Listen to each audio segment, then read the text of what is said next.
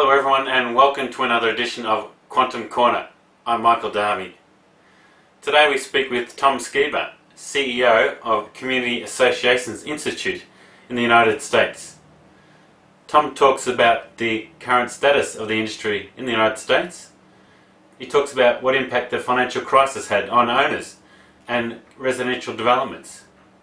Tom explains the structure of golf and residential developments to us, as well as comparing their industry to the Strata industry in Australia.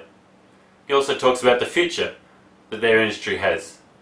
I started out by asking Tom to explain to us the structure of CAI and its role.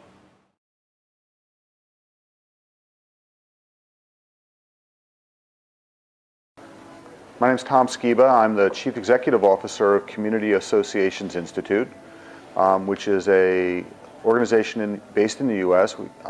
That supports community associations through their boards, through managers, and through service providers across the country and around the world.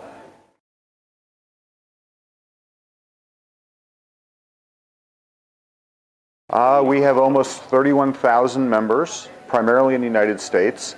But we actually just recently launched our first international chapter in South Africa, so we're adding members internationally as well.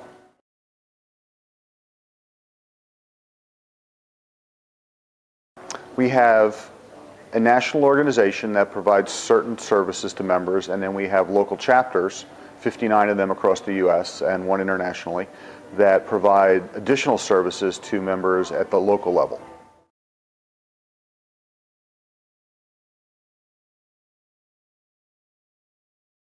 The community association industry in the U.S. is quite large. There are about 305,000 different unique associations and approximately 25 million housing units within those associations. And about 60 million Americans live in some form of common interest community housing.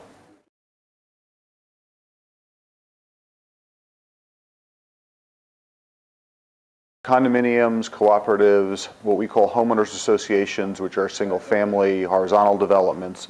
So you find communities of all kinds and all sizes, small communities of 2, 3, 4 units, all the way up to communities with literally 15 to 20,000 homes within a single community.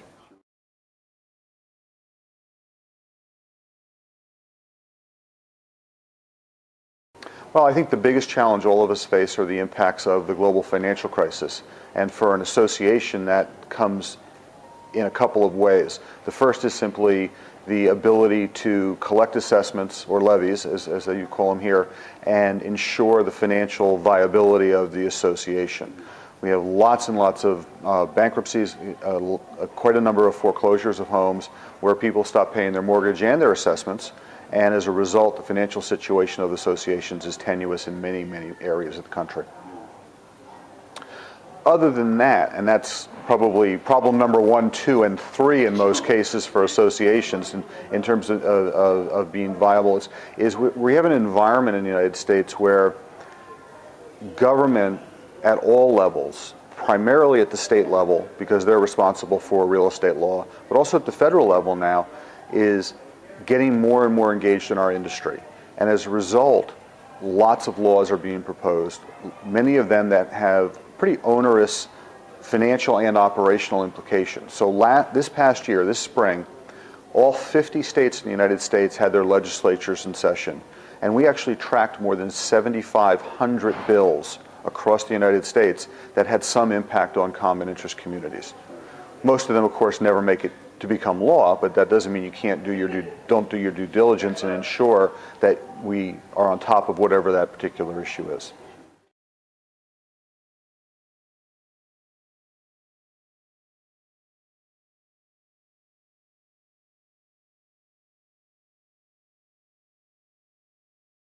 I think you have certain states in the United States where everyone would agree there's probably an over-regulated environment, and there are certain states that have very simple, or even in some cases non-existent laws, and they simply depend on corporate law to run associations.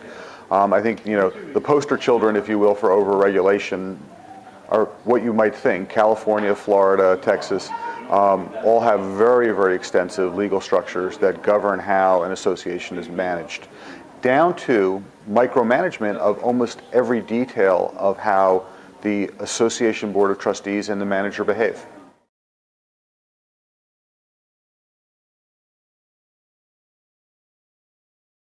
There are a number of states that have implemented a licensing framework, but they represent a majority of the U.S. So we have very strong licensing frameworks in 3 or 4 states. We have some, what I would call fairly weak licensing frameworks in 2 or 3 others, but the vast majority of states do not license community association managers.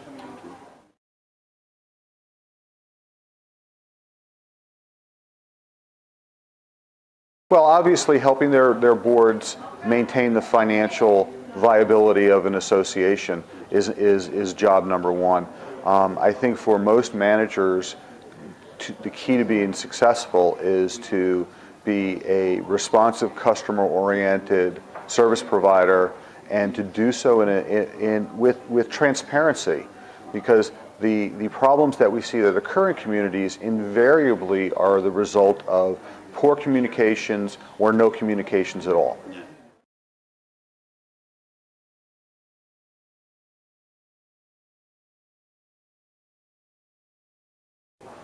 You have a situation where the most successful communities are based on an effective business partnership between their executive committee and their manager. Ultimately, the executive committee has the authority to make decisions, but in most communities, the manager is tasked with carrying out those decisions and understanding each other's role, respecting each other's area of responsibility, and doing so in an open and I said, transparent environment is what makes communities successful.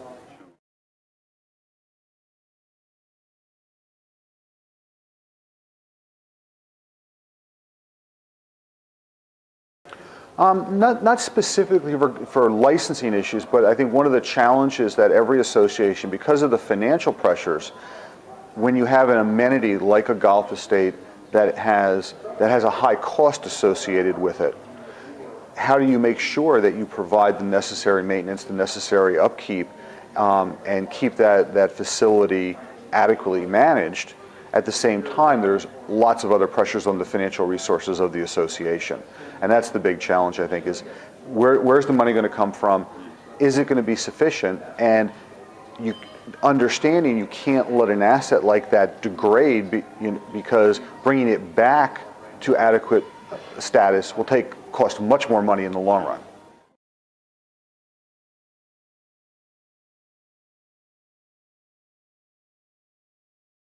There's a couple of different models. Probably the most prevalent one is where the golf course is actually part of and parcel of the association, and membership in the golf course is actually part of your purchase of a home in a community.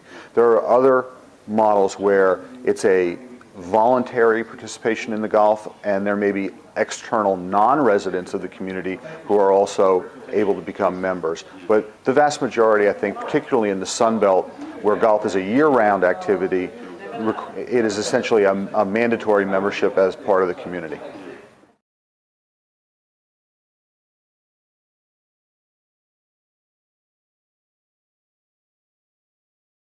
There's 2 issues that have become a challenge. The first is, as has happened in a lot of other countries, the access to capital has been curtailed. Despite interest rates being low, and at the lowest level in decades in the United States, banks are hesitant to lend except to those who probably don't need the money in the first place. And so getting a loan, getting approved for a loan is very, very difficult.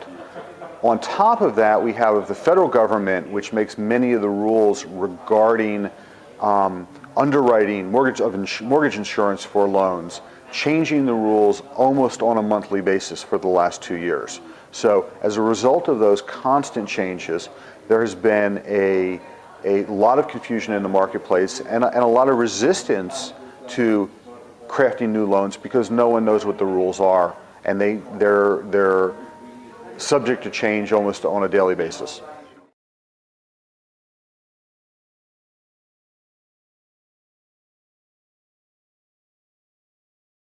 Well, certainly there's a lot of interest in that. The challenge is, what are the costs in an existing community to retrofit?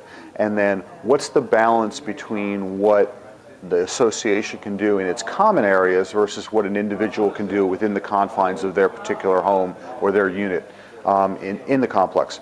So we've actually worked at CAI on a variety of initiatives to establish best practices, working with the Federal Department of Energy and with a number of other organizations, including the home builders, to come up with models that an association can implement that not only affect the common elements of the community, but include components that they can roll out to each of their individual unit owners.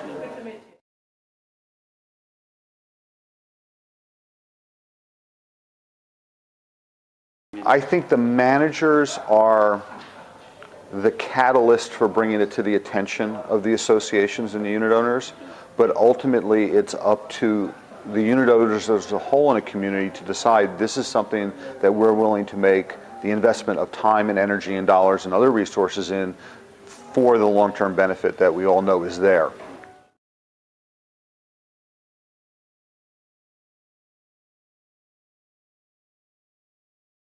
I've had the privilege to travel to Australia a number of times, to attend a number of these events, but also to travel to other countries around the world, to China, to Dubai, to Canada.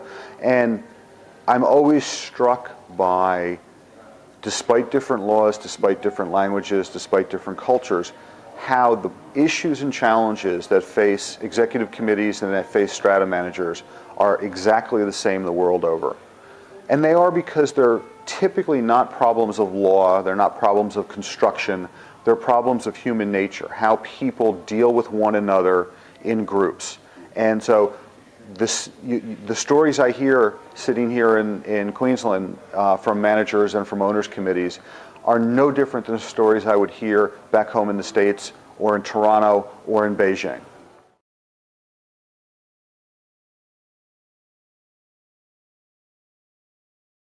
I don't think anybody has all the answers because the target's always moving. I think we probably in the States have a little more depth in ideas only because we've been doing it longer than most. Our industry is a little more mature, it's a little bit larger. But as I've found in all these conferences and all these events I've attended around the world, wherever I go I learn something new. I see, creativity being applied. I see folks, really thinking in new ways about challenges that they face, and that's good for all of us. And that cross-fertilization of ideas, when we have folks like my opportunity to come here, but also folks from Australia to come to our conference, for example, in the U.S., that cross-fertilization of ideas is absolutely what keeps this industry dynamic and helps all of us.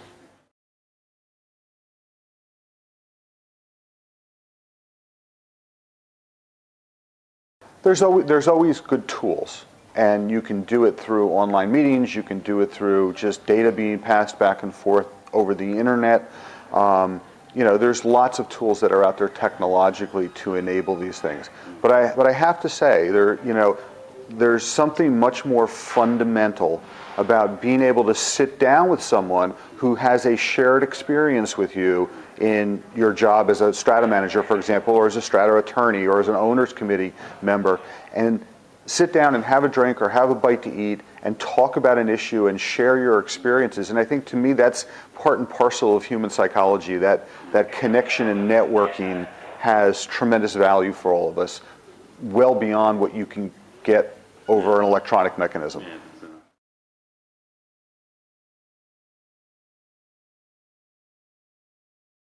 I think our future is incredibly bright. We have, as I said, launched our first international chapter this past year. We are looking at chapters in a number of other countries and a number of other areas of the U.S. we haven't had chapters before. Our membership, despite the economy in the United States, has grown every year for the last 4 or 5 years and continues to grow. The attendance at our education programs has gone up every single year for the last 4 or 5 years.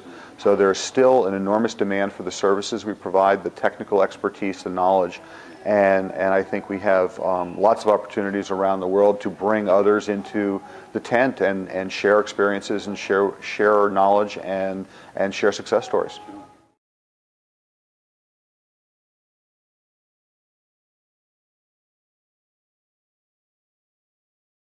Well, I think for most Australians, we're a little unique in that we bring together in CAI everyone in the industry. Owners committee members, strata managers, accountants, attorneys, and all the other service providers are all members of our organization, and they're all equal members, which I think is unique in a lot of places, not just here in Australia, but around the world. We want the solutions that we craft to include the voices of everyone who has a vested interest, and we want to make sure that they serve the needs of all those constituencies. So that's why all those folks have a role in our organization.